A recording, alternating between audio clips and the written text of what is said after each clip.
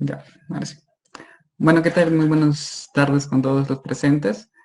En primer lugar, agradecer por la invitación a emprender esta pequeña charla. Me llamo Carlos Jesús Aragón Ayala. Este año soy estudiante de medicina de sexto año de la Universidad Nacional de San Agustín de Arequipa. He sido paz presidente de SOCIEMA, paz director CPC y además ya tengo experiencia como revisor en una revista científica indizada.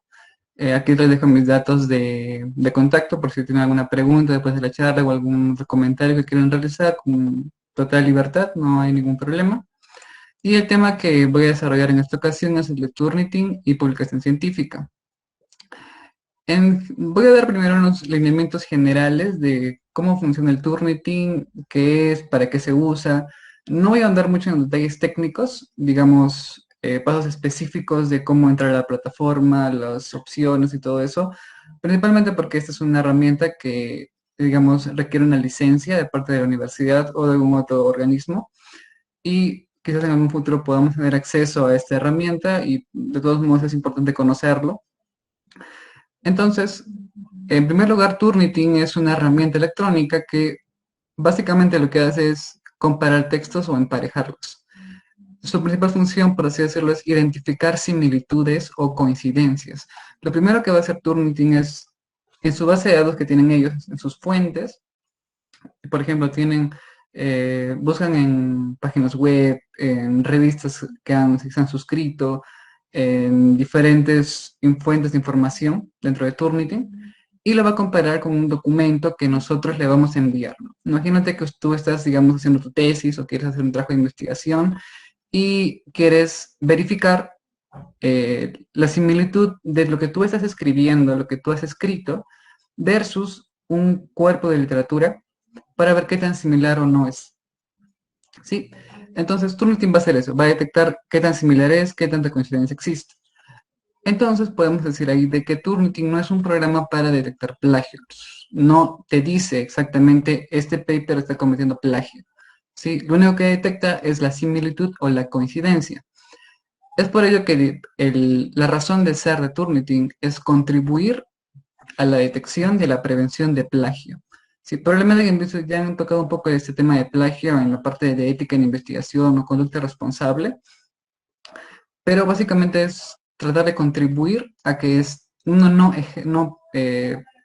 no cometa el plagio o detectar si es que hay algún indicio de ese plagio, pero no te lo niega totalmente, o sea, no te dice este trabajo no tiene plagio, pero tampoco te dice que ese trabajo tiene plagio, ¿no? Este es un trabajo que siempre, hasta estas últimas épocas, sigue siendo un trabajo más humano, ¿no? De todo un análisis de juicio de expertos de si existe o no existe plagio. Entonces, para eso vamos a revisar un poco en qué consiste este plagio y luego vamos a entender por qué Turnitin no puede detectar el plagio en todas las ocasiones posibles. Podemos definir el plagio como no reconocer las ideas, trabajo, formación de otras personas o de otros autores y además ponerlo bajo nuestro nombre. ¿Sí? La idea principal del plagio es que tú utilices información que no es tuya, que es de otro autor, de otra fuente, y que no reconozcas esa contribución, o sea, que no lo cites básicamente. Y cuando tú no estás citando ese trabajo, de alguna forma estás indicando que es tu contribución, o sea, te estás apropiando de esa información. Y aquí lo que puede pasar es que ese plagio se dé en forma intencional, o sea, que lo hagas a propósito.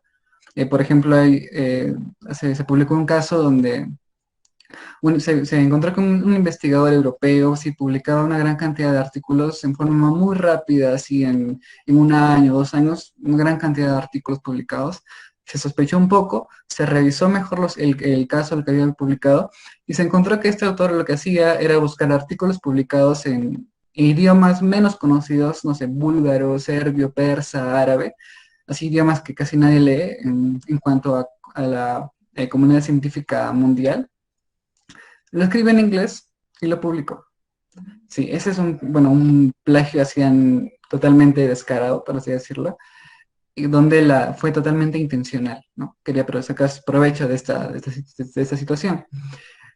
Y por un lado está ese tipo de plagio, que es, digamos, intencional, y existe el otro que es mucho más frecuente, que es el no intencional, que probablemente muchos de los que estamos en esta reunión alguna vez hemos cometido en nuestra vida. En el colegio, por ejemplo, cuando te dejaban un trabajo y simplemente agarrabas copia y pega de monografías.com, del Rincón del Vago, copiabas y pegabas tal cual, eso es plagio, porque no citabas y además lo hacías en forma textual. Sí, o sea, no lo referenciabas. Entonces, para evitar que ustedes en algún momento en su futuro salgan en las portadas de las noticias, así como Acuña u otros actores políticos, o en cualquier rama de las que se encuentren, hay que conocer bien estos temas de ética, de plagio y muchos otros de lo que es investigación. Así que los invito a seguir participando de estas actividades. Y bueno, luego de esta pequeña publicidad, los tipos de plagio, vamos a hablar principalmente se pueden agrupar en 6 tipos, pero en sí la clasificación varía dependiendo de la fuente o dependiendo del uso que se le quiera dar a esto. ¿Sí? Entonces, en primer lugar tenemos el plagio palabra por palabra. Es básicamente el copia y pega. Una copia directa de oraciones de un documento publicado sin reconocimiento, ¿sí? En forma puntual es no reconocer, pero sí en forma textual, ¿ya? El parafraseado, que es, si bien cambias un poco las palabras, sinónimos, la orden de la oración también la cambias, sigue estando tal cual la idea de otro autor, pero no lo reconoces todavía. También existe un plagio de fuentes secundarias, donde haces referencia o citas las fuentes originales, pero estas fuentes las obtienes desde una fuente secundaria. O sea, normalmente cuando uno hace un trabajo, lo publica en una revisión, eh, digamos que sintetiza una gran cantidad de artículos y tú encuentras, esa fuente secundaria tiene ahí una información que es de un artículo primario, de un artículo original, ¿sí?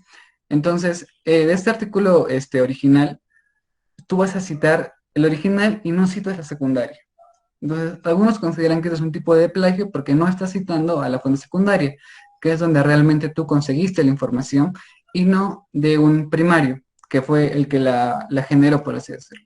Acá entra un poco el debate, pero la idea básicamente es para evitar, digamos, confusiones o dudas, mejor citar ambas, ¿no? La antigua como la nueva, ¿no? La original y la secundaria, ¿sí? La siguiente es el plagio de la forma, o mejor dicho, de una estructura, en este caso, por ejemplo, de un argumento, donde lo estás copiando esa estructura de ese argumento en forma textual, no directa, o en forma, digamos, parafraseada. El plagio de ideas, donde básicamente es una idea, y tú la estás reutilizando, la vas a usar sin reconocerla, usándola en diferentes formas que tú uses, ¿no? Ya no depende tanto de las palabras, sino de la idea en sí mismo, el concepto. Y el plagio de autoría, que es mucho más descarado, donde básicamente dice el trabajo de otra persona y le pones tu nombre como si fuera tuyo, ¿no? Bien, entonces, con esto podemos tener una idea de que el plagio abarca una gran cantidad de opciones y el Turnitin, que como hemos mencionado al inicio, solo detecta similitudes, coincidencias, palabra por palabra, e incluso a veces parafraseado, se ve limitado a esto, ¿sí?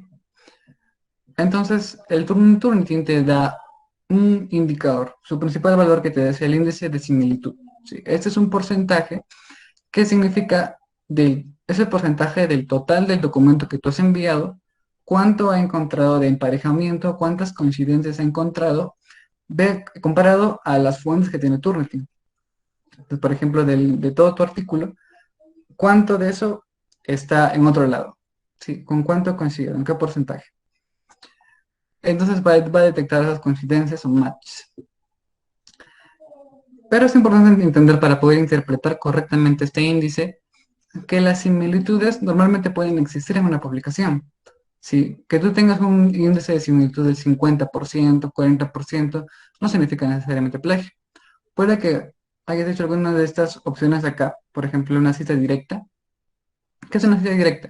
Es colocar la información de otro autor y citarlo entre comillas, en forma textual, ¿no? Por ejemplo, el director de la OMS en su informe dijo lo siguiente, tú pones entre comillas y pones lo que dijo y lo citas. Si lo has citado y lo pones entre comillas, no hay plagio ahí, pero el Tomlin va a detectar que hay similitud. Entonces ahí es donde entra la persona que interpreta el reporte, que lo vamos a ver después, y dice, ah, ya, esta parte sí, hasta sí está idéntica, pero no es plagio.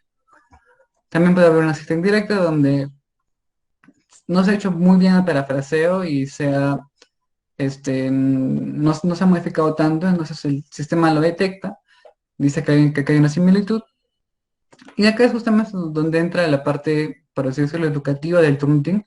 Algunos autores no recomiendan a Turnitin como una herramienta para detectar plagio siempre, solo en contadas ocasiones, y más bien lo utilizan en universidades en otros países, en algunas de acá, para educar a los que están empezando a redactar artículos en su maestría, en su doctorado. Les dan acceso al Turnitin y después, a medida que van escribiendo, lo van pasando por el programa. Y con eso uno va viendo qué tan bien está citando, ¿no? Imaginemos de que se equivocó, se olvidó una cita, no referenció bien. Entonces el programa te va a decir, mira, acá has citado esto, sí, pero no lo has parafraseado bien, cámbiale, y así. Te ayuda a poder redactarlo mejor. Y bueno, la otra situación en la que puede encontrarse la similitud ya es en un caso verdadero de plagio, donde sí requiere un análisis, evaluación de un humano. Este índice, por conveniencia, por ejemplo, en universidades de España, por ejemplo, es hasta el 25%. O sea, hasta el 25% es aceptable que tu documento tenga de similitud. Más allá no se recomienda, tienes que revisar por qué tiene tanto. Quizás sí estás citando bien todo, pero lo estás haciendo con las mismas palabras y eso no es una buena práctica de redacción. Entonces, aquí podemos ver cómo es un reporte del Turnitin. Principalmente acá lo que importa es en el cuerpo del documento y te lo va a resaltar, ¿no? De un color. Y cuando tú le das clic a esa sección del resaltada, te va a decir dónde lo encontró el Turnitin para que lo vayas a revisar, ¿no? Y además en este panel, acá en el panel derecho, puedes navegar por todas las partes que encontré de similitud. Y acá, como pueden ver, te da el porcentaje de similitud, ¿no? Un 16%. ¿Esto es bueno o malo? Depende, básicamente, es la respuesta, ¿no? Hay que revisar, si es que lo hace, por ejemplo, en este caso, todo este párrafo, como pueden ver acá, es entre comillas y está con la su cita. Entonces, si bien hay una similitud grande, está citado, entonces no puede considerarse plagio, ¿sí? Y bueno, acá otra forma de agruparlo, de interpretar este índice, es con colorcitos, ¿no? Por ejemplo, 0% de similitud, en azul, ¿no? Que esta es en buena práctica. Tribunal 24, 25%, que es lo barracito, como que aceptable, y a partir de ahí ya va indicándote cuidado, o probablemente que hay plagio, o mejora esto, ¿no? Reduce eso, está muy similar a otro. Eso en sí es en cuanto al Turnitin, que lo usas generalmente con la intención de detectar plagio, pero no te dice si es plagio o no, ¿sí? Entonces, conocer esto es importante cuando uno quiera llegar a hacer una publicación científica.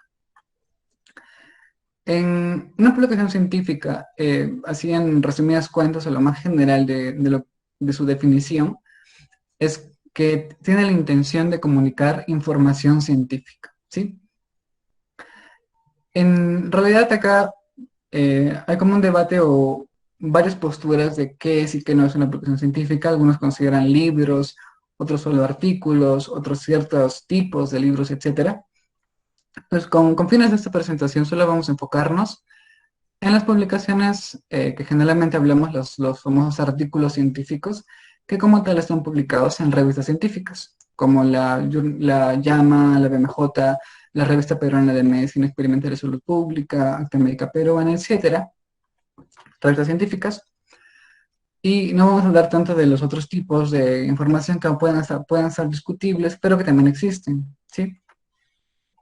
Y quizás lo más característico de estas revistas científicas y lo que le da cierto grado de reputación o confianza a lo que está dentro de estas revistas científicas es la revisión por pares. Así que vamos a detallar más adelante, pero básicamente es un mecanismo que nos da cierta confianza de que esa información que se está generando no es, digamos, cualquier cosa, ¿no? Es algo más serio, más objetivo, más de realizar de una mejor forma. Listo. Entonces, para entender mejor dónde encajan estas revistas científicas o cómo es este mundo de la publicación científica, Es importante entender en dónde entran. En este caso, las revistas científicas, como pueden ver, están acá, como los ejemplos que les he mencionado. Estas revistas se publican, ¿no? Digamos, cada año sacan un volumen, ese volumen tiene sus números, ¿no? Cada número de esas revistas lo publican cada 2, 3, 4 meses, publican un número de esa revista, y en esa revista se encuentran los artículos científicos de diferentes tipos que vamos a ver a continuación. Y lo importante es que entiendan de que estas revistas se indizan en bases de datos. ¿Sí? ¿Qué es indizar? Es como que se anexan o se vuelven parte del catálogo de una base de datos, ¿no? Entonces, si que yo quiero buscar información sobre un tema en específico, no voy a ir a la página oficial de la revista, ¿no? Porque es muy limitado, solo es una revista, puede haber digamos, sobre diabetes. Hay como 30 miles de revistas sobre diabetes, entonces no voy a buscar una por una, sino busco una base de datos. Esa base de datos, como que cuando la revista se indiza, le da acceso a cierta información de sus artículos para que puedan buscarse a través de la base de datos en una forma más fácil, ¿no? Entonces, hay una gran cantidad de bases de datos como Scopus, PubMed, Web of Science, Medline, Cielo, Redalyc, etcétera. Va a variar según qué tan riguroso, qué tan prestigioso, la cantidad de criterios que le piden a esas revistas para poder indizarse, ¿no? Por ejemplo, Temédica no está en proceso ahorita de indización en Scopus, otras también están indizadas, y eso le da más confianza también a las revistas, porque hay ciertos criterios de calidad. Entonces, ¿a qué viene todo esto? A que uno dice, la revista está indizada a la base de datos, no como alguna vez escuché de que se preguntaban, ¿no? ¿Cómo hago para que mi artículo esté indizado a Scopus? ¿No? No es que tu artículo se indice a Scopus, es que tú publicas un artículo en una revista que está indizada a Scopus, ¿no? Ese es básicamente el concepto de indización o indexación, también se conoce con ese nombre. Bien, entonces, como pueden ver, esos artículos pueden ser de diferentes tipos y va a depender de la revista, qué, qué, qué tipo es o la definición de ese tipo, ¿sí? Pero digamos que hay tipos generales que en la mayoría de revistas están, pero con diferentes nombres o subcategorías. Y uno de ellos, vamos a hablar acá solamente de los más importantes. Y justamente uno de los más importantes de estos tipos de artículos científicos son los conocidos como artículos originales, o en inglés Research Reports. Es el tipo de artículo científico más importante. Son, por así decirlo, el cuerpo de todo el conocimiento científico. Su principal motivo es comunicar hallazgos nuevos, ¿no? Permiten, por tanto, informar la práctica clínica y son los que, al final de cuentas, los que van a permitir el avance del conocimiento científico. Son conocidos como originales por eso, porque intentan comunicar hallazgos nuevos que no están publicados en otra parte o que son generados por el mismo investigador por la observación empírica. Entonces, los artículos originales pueden agruparse en diferentes tipos o categorías según diferentes criterios, ¿no? Por ejemplo, según la naturaleza de los resultados, ¿no? En algunas revistas puede que exista una sección denominada comunicaciones preliminares, o sea, artículos originales, ¿no? Comunicaciones nuevas, pero que son, digamos, hallazgos o reportes de todo un proyecto más grande y quieren, digamos, mostrar los resultados iniciales, ¿no? No los finales, ¿no? La primera parte de su avance y su reporte, ¿no? Generalmente para trabajos grandes o proyectos muy grandes. También se pueden agrupar por tópicos o temas. Por ejemplo, ya si es un artículo original sobre manejo de paciente en estado crítico, va en esa sección. Si es sobre diabetes, va en otra sección, y así. Y también, según la extensión del artículo, puede ser por comunicaciones breves, o sea, una extensión más corta, te dan un espacio más reducido de palabras, y cartas científicas también, que también tienen un espacio más reducido en número de referencias, tablas, figuras, palabras.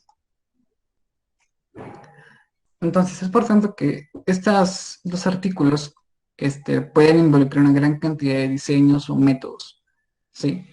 Pueden incluir ensayos clínicos aleatorios, como los que se están haciendo para las vacunas, los medicamentos, los fármacos, Otros estudios de intervención, por ejemplo, intervenciones de comportamientos psicológicos que no son tanto como medicamentos o clínicos, por así decirlo.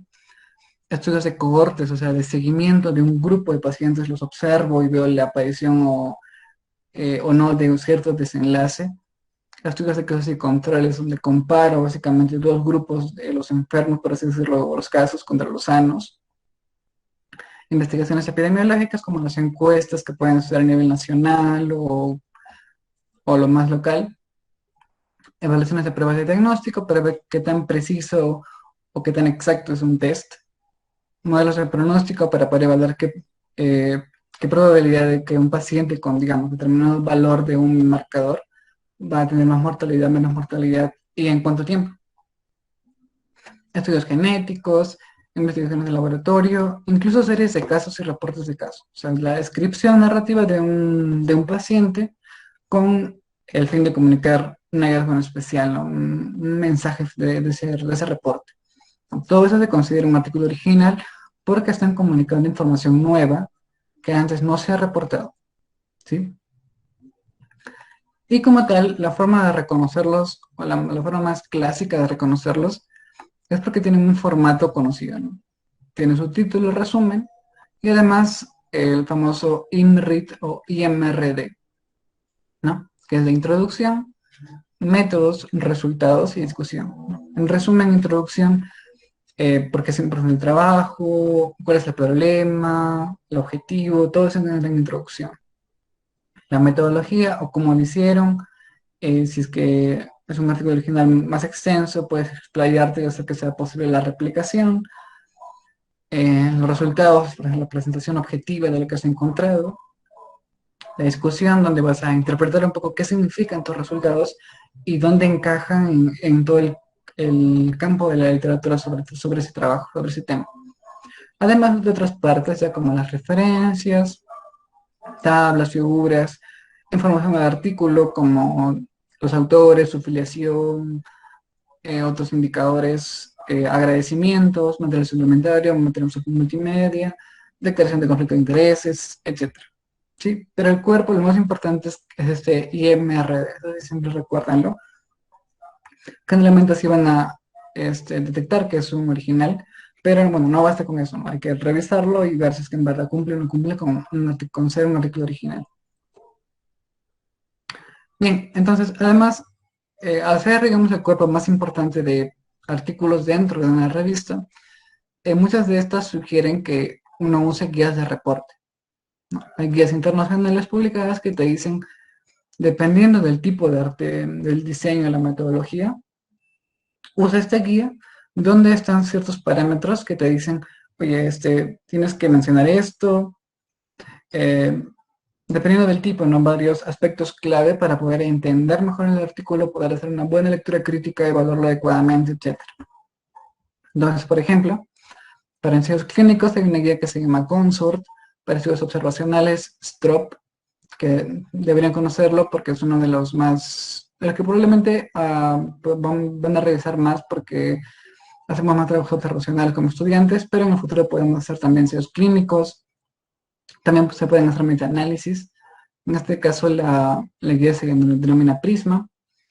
El metaanálisis básicamente es, algunos no consideran que es un artículo original, en este caso según la fuente que les estoy presentando, sí lo podría considerar porque básicamente lo que hace es agarrar una serie de, por ejemplo, imaginemos de que hay trabajos que son para detectar la prevalencia de diabetes, por ejemplo, así en general, como ejemplo, así digamos que en Latinoamérica. Entonces hay un artículo que se ha hecho en Perú, otro en Chile, en Argentina, y así. Entonces cada uno de esos trabajos me da un dato, un porcentaje, por así decirlo, 30%, 20%, 15% y así. Entonces cada uno de esos hace que ese trabajo sea un original. Y el metaanálisis lo que hace es buscar esos trabajos, aplica una técnica estadística, o sea, un análisis, un metaanálisis, un análisis más grande, por así decirlo, y esos valores los va a agrupar en uno solo, un estimado final. Sí, entonces ese nuevo estimado es original, es nuevo, no se ha hecho antes. Es por eso que se consideraría un metaanálisis como un artículo original. También están los reportes de casos, donde la guía que se recomienda es la guía CAR, estudios preclínicos en animales, como RIPE, y muchos más, ¿sí? Y, bueno, si quieren revisar esas guías, dependiendo del tipo de trabajo que quieran hacer, hay este servicio, esta herramienta en internet que se llama Equator Network, que esta es su interfaz. Pueden ingresar en una serie de herramientas, incluso hay como un flujograma donde te dice, depende de lo que has hecho, de lo que vas a hacer en tu investigación, te guía para que decidas qué guía usar, ¿no? Acá, por ejemplo, están los tipos de trabajos o tipos de estudio, es la guía principal, y a veces también hay como unas extensiones donde, dependiendo de la temática, le agregan ciertos datos más. Ya. Bien, entonces, el siguiente grupo importante de artículos son las revisiones o reviews. Su principal función es la de identificar, sintetizar y resumir la evidencia e información disponible sobre un tópico en específico. ¿Sí? Como que el resumen de toda una información. Ya no es generar un hallazgo nuevo, sino es de lo que ya existe, de lo que ya se conoce, vamos a resumirlo todo en un solo artículo. Es el famoso artículo de revisión. Por tanto, tiene implicancias más prácticas, su lectura es más fácil, y además apoya también el toma de decisiones. Estas revisiones van a variar según el grado de rigurosidad o profundidad, ¿no? Hay algunas revisiones que buscan en todo lado, en todas las bases de datos disponibles, hasta buscan en literatura gris, en repositorios institucionales, etcétera. Y su selección es más sistemática. Por ejemplo, definen ciertos criterios de inclusión, selección, y verifican de forma bien rigurosa que cumplan o no cumplan esos criterios. Pero hay otras revisiones que son menos selectivas y por tanto hechas, por ejemplo, por un grupo de expertos en el tema, digamos médicos que manejan bien sobre un tema de pacientes, se les invita o hacen una revisión, no tan profunda, no tan rigurosa, pero que también es importante o es una contribución importante. No, es por eso que podemos agrupar las revisiones en dos tipos, como revisiones sistemáticas, donde predomina la exhaustividad, actualización, busca gran cantidad de bases de datos, un gran periodo de tiempo, además que analiza esta información en forma crítica y le asigna un grado o calidad de evidencia. Dice, ya, ese trabajo está bien hecho, vamos a ponerlo en una calidad de evidencia en top. O un trabajo que está más o menos intermedio o más bajo de lo que es calidad o grado de evidencia. Y también existen las revisiones narrativas, que no necesariamente son exhaustivas, pueden serlo, pero no necesariamente son exhaustivas. Generalmente son para actualizar por un grupo de expertos temáticos sobre una pregunta clínica de relevancia para el manejo clínico, entre otras. Estas recomendaciones claramente tienen que ser basadas en evidencia, pero no tan rigurosas como las sistemáticas, y por tanto, digamos que son también un poco más digeribles que las sistemáticas, que generalmente son bien enfocadas, las narrativas son un poco más amplias, más generales, y tienen incluso subtítulos, están con esquemas, ¿no? Es bien bonito, ¿no?, ver las narrativas, especialmente cuando de un tema en específico, ¿no? Listo. El siguiente grupo importante de artículos son los de opinión, ¿ya? Que no son hallazgos nuevos, no están revisando artículos o la evidencia disponible, pero básicamente quieren discutir, comentar un tema que es de interés, quieren abrir un debate, un foro, sobre un tema que es controversial o de actualidad. Por ejemplo, el COVID, debe haber un montón de artículos de opinión sobre ese tema, sobre diferentes aspectos legales o de manejo de esta enfermedad, ¿no? Lo principal es que este artículo de opinión es corto, es bien enfocado en una idea central que quiere comunicar el que lo redacta, y hay un argumento lógico detrás. Entonces, los artículos de opinión incluyen básicamente lo que son editoriales, básicamente a cargo del editor, o a veces pueden invitar a otros autores externos de la revista para que escriban una editorial con un fin principal de comunicar algo sobre su revista, un cambio de política nuevo, o introducir algún tema en especial que quieran tocar en esa revista.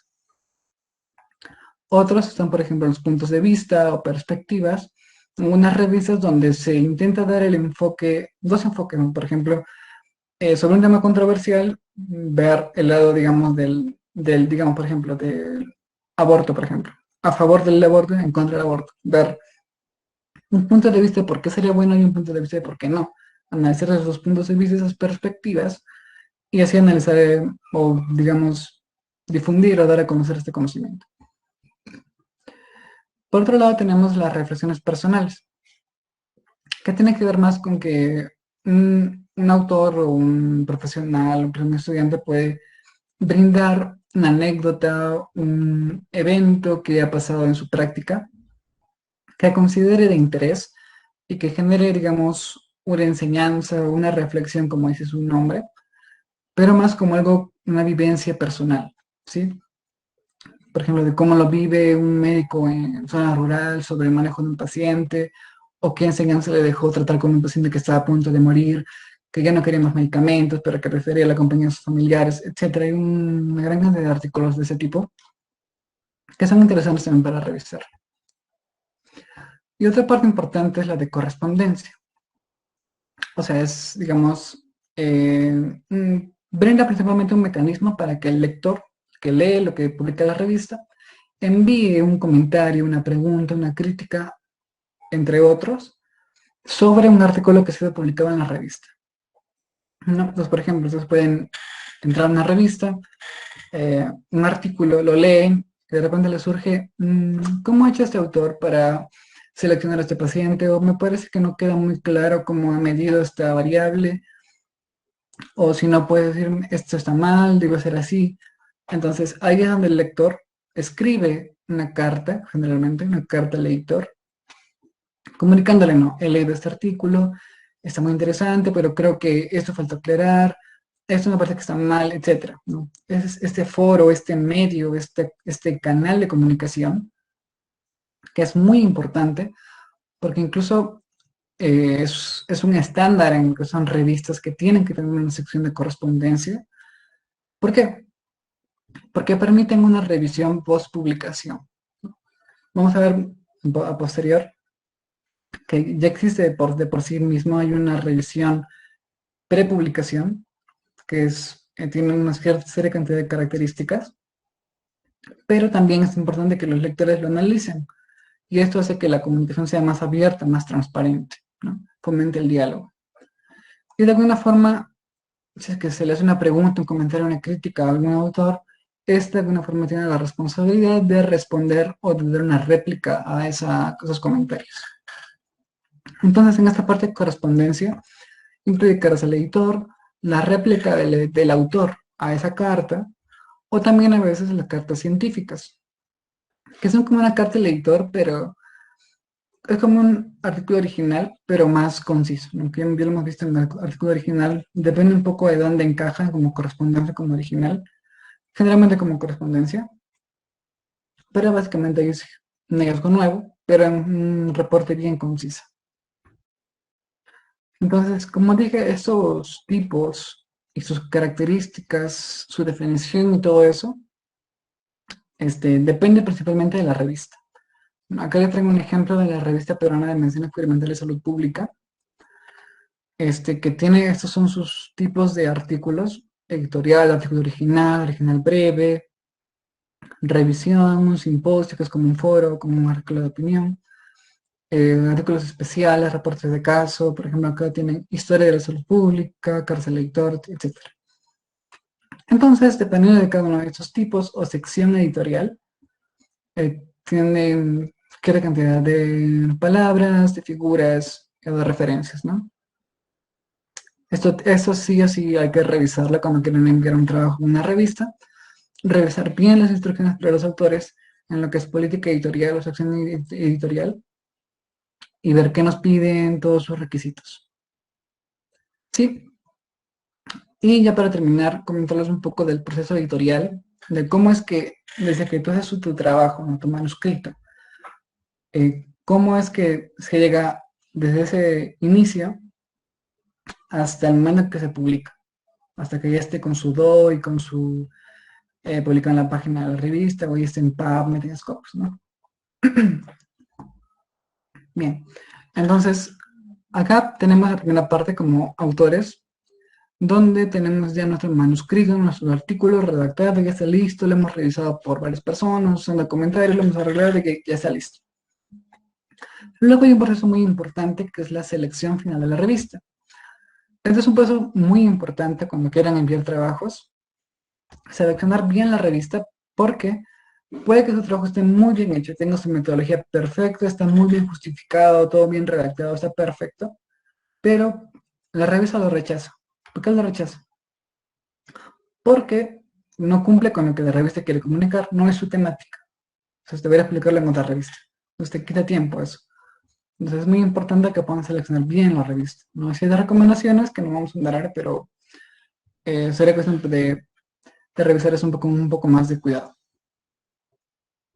Luego de eso, hacemos el envío de esa revista, lo sometemos a esa revista, y esta revista va a ser sometida o va a ser recepcionada por el comité editorial.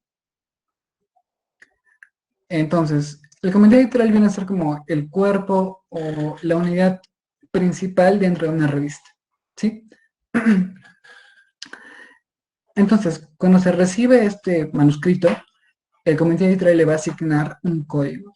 Si es que alguna vez, si es que ya realizó algún envío, cuando lo realicen, les va a llegar un correo diciéndote, estimado autor, hemos recibido su manuscrito, este es su código para que le pueda dar seguimiento, agradecemos todo, le vamos a comunicar más adelante, bla, bla, bla, bla, firmado el editor.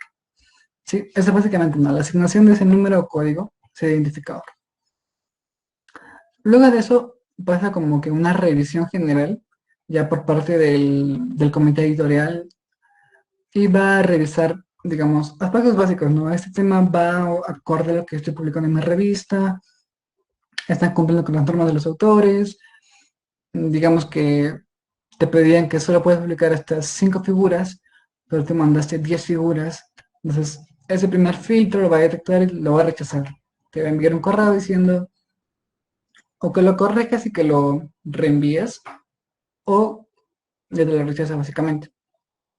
Entonces, en esta revisión general, asignas luego de esa revisión, el editor en jefe, por así decirlo, el que está en la cabeza de este comité editorial, va a asignarle ese artículo a un editor de área, ¿sí? Que digamos es un experto temático en el manuscrito que has enviado, y este editor es el que le va a dar el seguimiento. Él va a revisarlo, va a asignar o va a contactar a un grupo externo de revisores, externos a la revista, para que puedan revisarlo. Entonces, aquí es donde radica, digamos, lo más importante del proceso editorial en revistas científicas, ¿no? Este conocido como arbitraje externo o la revisión por pares. Entonces, una vez que se seleccionan estos árbitros, estos editores, se les envía el manuscrito, de preferencia en forma ciega, o sea que el revisor externo, ese par externo, no sabe o no conoce la identidad de los autores del trabajo, ¿no? Para hacerlo un poco más objetivo, imaginemos de que lo conoce, le cae mal, o ve que es una universidad de un país, no sé, de primer mundo, o de muy alto mundo, no sé. Entonces, para evitar un juicio por ahí, un conflicto de interés, no se ciega a los árbitros externos, y así se les envía ese manuscrito. Luego estos árbitros o pares externos revisan el manuscrito y le dan su veredicto o su recomendación al editor de área, ¿no? Al que estaba a cargo de este manuscrito. Entonces, en esta revisión, el árbitro puede dar sus comentarios de qué le parece, unas correcciones y entre otras. Y generalmente pueden darse algunas situaciones, ¿no? Como que te lo rechacen, te digan, no, este artículo no me parece adecuado, está mal hecho, como entre otras. O que es posible que te lo acepten, pero el autor tiene que hacer cambios menores, cambios mayores, hacer cambios menores, no sé, digamos, una parte gramatical, una cita, o cambios mayores ya en cuanto a la parte metodológica, toda una idea central, un argumento. Entonces, con esa información, el editor, ¿no? Es el que va a decidir si es que vale la pena o no continuar.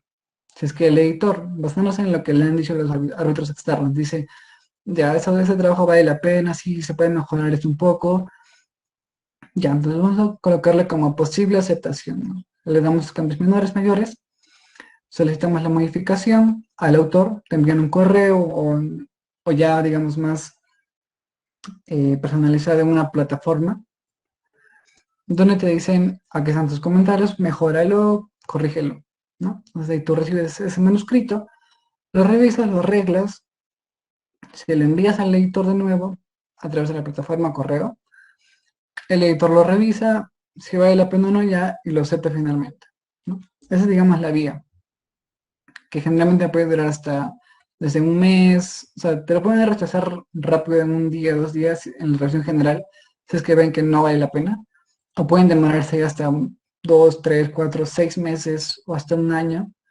hasta que envíen sus veredictos, te lo revisen, tú lo envías, te lo ven a enviar, te piden unas modificaciones, y así se puede demorar hasta un año por el trabajo, ¿no? Entonces, al final, quien decide si es que se publica o no, va a ser el editor, ¿no? El árbitro te recomienda algo, pero no te decide, ¿no? Al final es el editor quien decide si lo acepta o lo rechaza, ¿sí? Y bueno, eso sería todo en cuanto a esta presentación de publicaciones científicas. Más o menos hemos abarcado cómo funciona esto de las publicaciones, qué tipos hay. Eh, Me gustaría animarlos a que puedan intentar publicar cualquiera de estos artículos.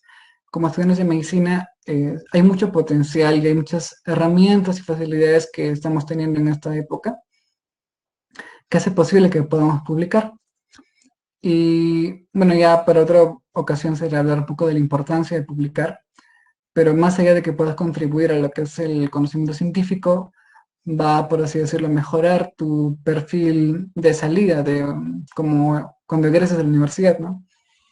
A diferencia de un estudiante que solo se ha dedicado a estudiar, se quedado, digamos, primer puesto en su ranking de universidad, y así sale, versus otro estudiante que, si bien no es entre los primeros puestos, tiene sus 3, 4 publicaciones, ha participado en concursos científicos, ha ganado financiación, etcétera. Todo eso te da más salida laboral, más salida educativa, entre otros, ¿no? Entonces es una gran oportunidad que vale la pena ingresar, es un mundo muy, muy interesante y con esto he querido comunicar los aspectos más generales de este tema. En realidad es un tema muy amplio.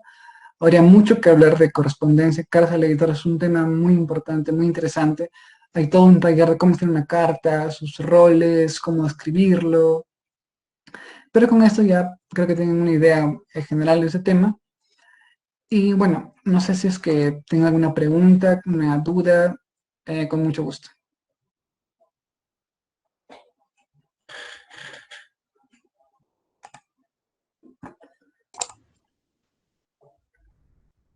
Allá. Aquí hay una pregunta. Dice, las cartas al editor y los ensayos clínicos selectorizados son considerados artículos originales también. Ya, entre cartas al editor, por sí mismo no podría considerarse un artículo original, porque no está generando un hallazgo nuevo, no está haciendo toda una observación empírica y generando todo un reporte, ¿no? Aunque hemos visto que hay un caso o una excepción, que es la carta científica. En algunas revistas, por ejemplo en las peruanas, dentro de Cartas al Editor, publican una carta científica, ¿no? Que sí, sí se podría considerar un artículo original. Y los demás que son de opinión, puntos de vista, críticas, etcétera. Sí, pero otras revistas más internacionales, europeas, americanas, tienen una sección que solo es para cartas de opinión o análisis críticas y tienen otra sección que solo es cartas científicas, o sea, las originales. Y los ensayos clínicos sí, son artículos originales, ¿no? Los ensayos clínicos aleatorizados son un tipo de ensayo clínico, ¿no? Hay varios tipos de ensayos clínicos, pero sí, por el mismo hecho de que generan evidencia nueva, pueden ser considerados como originales. Todos los tipos de artículos pasan por revisión por pares. Ya, eso me faltó aclararles. Los principales artículos que pasan por revisión por pares son los artículos originales, ¿sí? los reviews o los artículos de opinión, incluso las de correspondencia, que solo es la carta del editor, solo pasan por revisión del editor, ¿sí? O sea, no hacen todo un proceso de revisión por pares. Solo como estos artículos originales son el centro o el core, el núcleo de lo que es el conocimiento científico, sí pasa por todo un proceso. Buscan un experto externo, técnico, que conozca el tema, que haya publicado sobre el tema y lo analiza, ¿no? Pero otro tipo de publicaciones, otro tipo de artículos no pasan por revisión por pares, ¿sí? Para su quiz. ¿Alguna otra pregunta?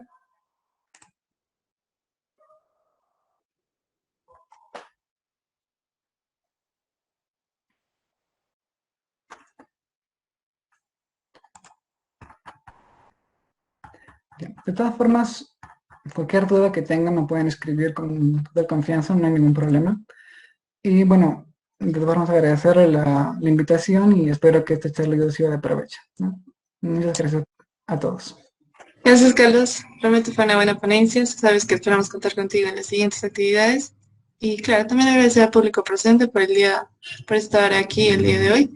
Y también los invitamos a seguir asistiendo a las siguientes actividades. Por último, recordarles que en breves momentos vamos a pasar el post-test.